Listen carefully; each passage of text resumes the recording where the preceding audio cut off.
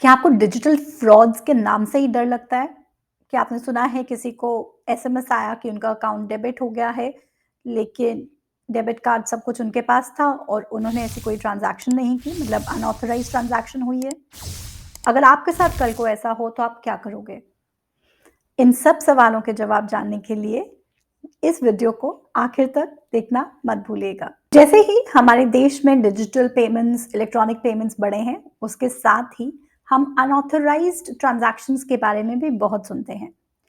उसी के लिए 2017 में आरबीआई एक बहुत क्लियर डायरेक्शन लेकर आया, customer protection limited liability of customers for unauthorised electronic banking transactions. इसके अंदर आरबीआई ने बहुत क्लियरली बताया है कि कस्टमर की क्या लायबिलिटी है, कस्टमर को क्या एक्सपेक्टेड है कि वो करे, जिससे जो इलेक्ट्रॉनिक ट्रांजैक्शन में फ्रॉड्स हुए हैं, उससे उनको प्रोटेक्शन मिल पाए। इलेक्ट्रॉनिक बैंकिंग ट्रांजैक्शंस को दो पार्ट्स में डिवाइड किया गया है। पहला है रिमोट या ऑनलाइन ट्रांजैक्शंस, जैसे कि नेट बैंकिंग, मोबाइल बैंकिंग, जहां पर किसी फिजिकल बैंकिंग प्रोडक्ट का होना जरूरी नहीं होता। सेकंड है फेस टू फेस या फिर प्रॉक्सिमिटी ट्रांजैक्शन, जैसे कि आपका एटीएम कार्ड से आपका पैसा विड्रॉ हो गया, डेबिट कार्ड से विड्रॉ हो गया, इस तरह की ट्रांजैक्शंस। आरबीआई ने बैंक्स को क्लियर गाइडलाइंस दी हैं कि उनका काम है इसको स्ट्रेंथन करना सिस्टम को, ताकि कोई भी गैप्स ना रह सके इलेक्ट्रॉनिक बैंकिंग ट्रांजैक्शंस में। सिस्टम रोबस्ट होना चाहिए, क्लियर होना चाहिए और बिना किसी कमी के होना चाहिए। ये बैंक्स की रिस्पॉन्सिबिलिटी है। इलेक्ट्रॉनिक बैंकिंग ट्रांजैक्शन में अगर कोई अनऑथराइज्ड ट्रांजैक्शन होती है, उसकी लायबिलिटी को तय करने के लिए पहला स्टेप है उस अनऑथराइज्ड ट्रांजैक्शन को रिपोर्ट करना। उसके लिए आरबीआई ने बहुत क्लियरली बोला है कि सारे बैंक्स को सारी इलेक्ट्रॉनिक ट्रांजैक्शन, बैंकिंग ट्रांजैक्शन होती है, कस्टमर को एसएमएस भेजना मैंडेटरी है, और जहां पर ईमेल एड्रेस अपडेटेड है, वहां पर ईमेल भेजना भी जरूरी है।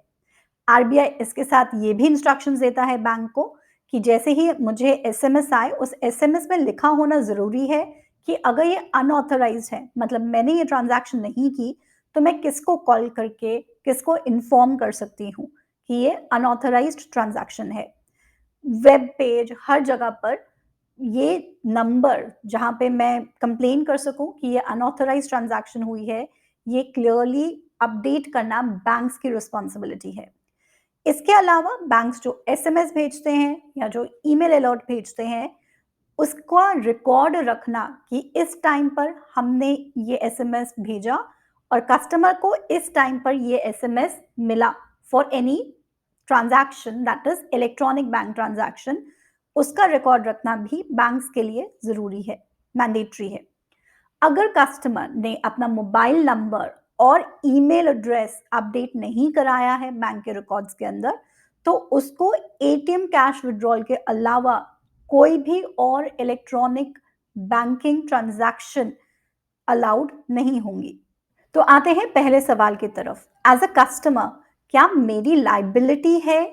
अगर कोई फ्रॉड होता है तो क्या मेरा पैसा मुझे वापस मिलेगा? डिजिटल ट्रांजैक्शंस के केस में कस्टमर की जीरो लायबिलिटी भी बन सकती है, लिमिटेड लायबिलिटी भी बन सकती है। जीरो लायबिलिटी कब होगी? पहले, अगर वो कस्टमर की गलती नहीं है, बैंक की गलती है। बैंक की गलती कंट्रीब्यूटरी भी हो सकती है, मतलब बैंक एम्प्लॉइज ने कोई फ्रॉड किया है, या फिर अगर वो नेग्लिजेंस या डेफिशिएंसी ऑफ सर्विसेज की वजह से फ्रॉड हुआ है।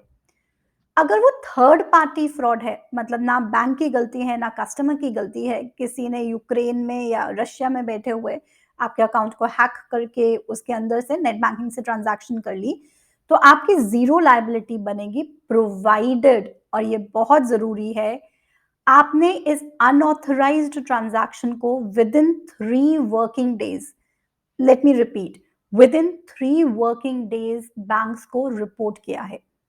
इसलिए मैं रिक्वेस्ट करूंगी, अगर आपको कभी भी एसएमएस आता है और वो अनऑथराइज्ड ट्रांजैक्शन है, उसमें जो नंबर दिया होता है, उसी समय उस पर कॉल करके इन्फॉर्म करिए।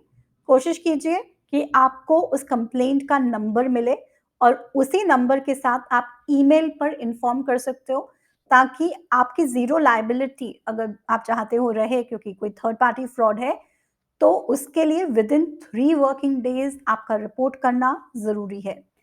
कस्टमर की लिमिटेड लायबिलिटी कब बनती है? मतलब लिमिटेड मतलब लायबिलिटी है लेकिन लिमिटेड है, ज़ीरो नहीं है।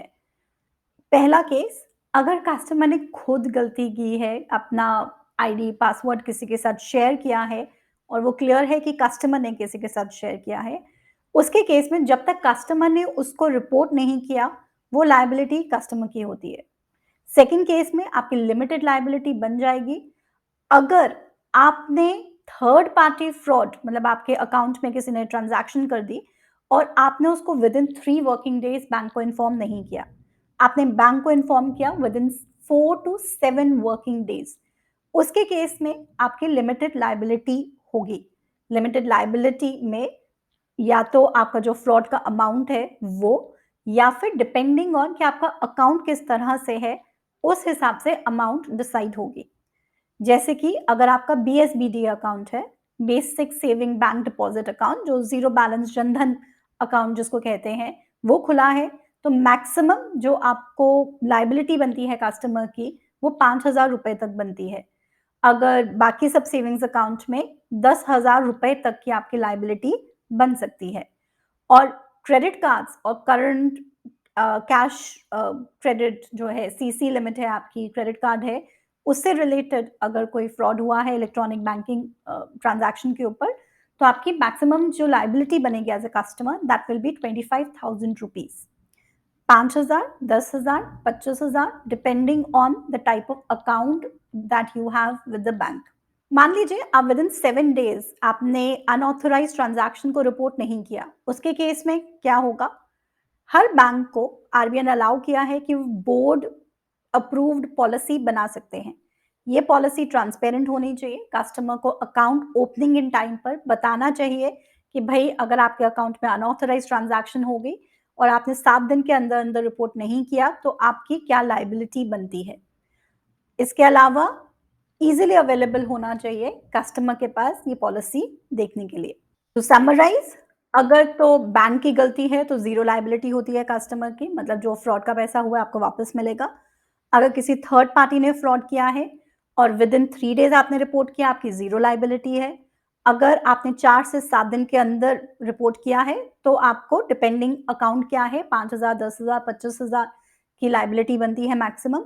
और अगर आपने उसको 7 दिन के बाद रिपोर्ट किया है, तो हर बैंक की अपनी अलग से बोर्ड अप्रूव्ड पॉलिसी होगी, जो आपको देखनी पड़ेगी। अगर कस्टमर की ज़ीरो लायबिलिटी है या लिमिटेड लायबिलिटी है, तो उसको अनऑथराइज़्ड ट्रांज़ैक्शन के लिए पैसा कब वापस आएगा?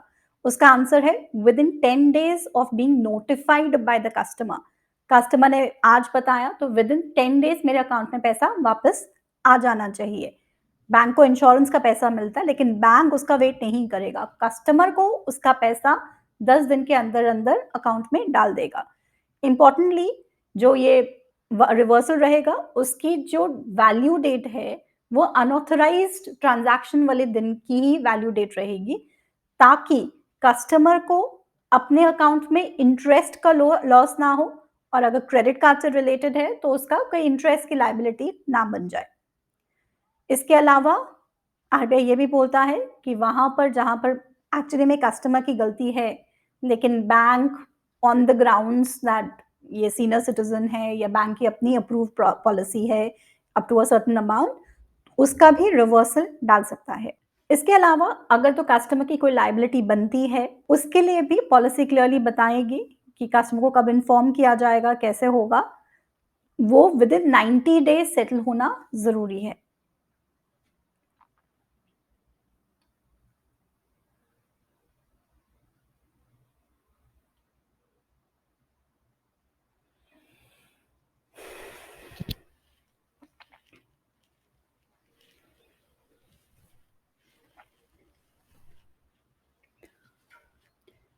कोई भी डिस्प्यूट होता है या कोई भी केस बनता है, उसमें एक चीज़ होती है जिसे कहा जाता है बर्डन ऑफ प्रूफ।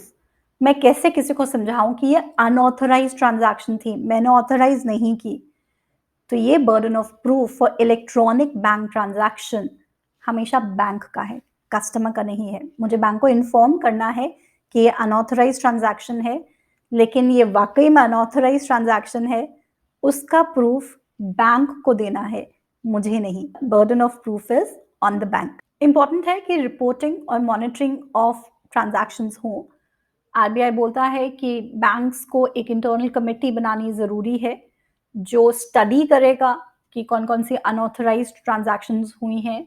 सबको लिस्ट बनाएगा, इकट्ठे रखेगा, एग्रीगेट करके रखेगा, चाहे वो मतलब कार्ड नॉट प्रेज़ेंट ट्रांज़ैक्शन हो, नेट बैंकिंग फ्रॉड हो, एटीएम कार्ड रिलेटेड फ्रॉड हो, कोई भी अनऑथराइज़्ड ट्रांज़ैक्शन है और वो बैंक्स के इंटरनल ऑडिट के अंदर पार्ट रहेंगे। इन अदर वर्ड्स, अगर आपको अचानक कभी एसएमएस आए कि आपके अकाउंट में कोई ट्रांज़ैक्शन हुई है और आपने वो ट्रांज़ैक्शन नहीं की है, इमीडिएटली वहाँ पे दिए हुए नंबर को पकड़िए और उसको कंप्लेन करिए। आपकी ज़ीरो लायबिलिटी के लिए ज़रूरी है कि आप विदिन 3 डेज़ उन अनऑथराइज़्ड ट्रांज़ैक्शन को रिपोर्ट करें।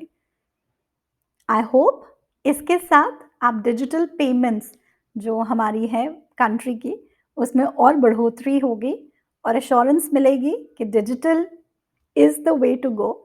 डिजिटल पेमेंट्स हिंदुस्तान में और ग्रो करेंगी और आगे बढ़ेंगी। So best of luck friends and thanks for joining. Hope to see you tomorrow again for yet another banking and finance related topic. Do not forget to subscribe and continue with me on this learning journey. Thank you.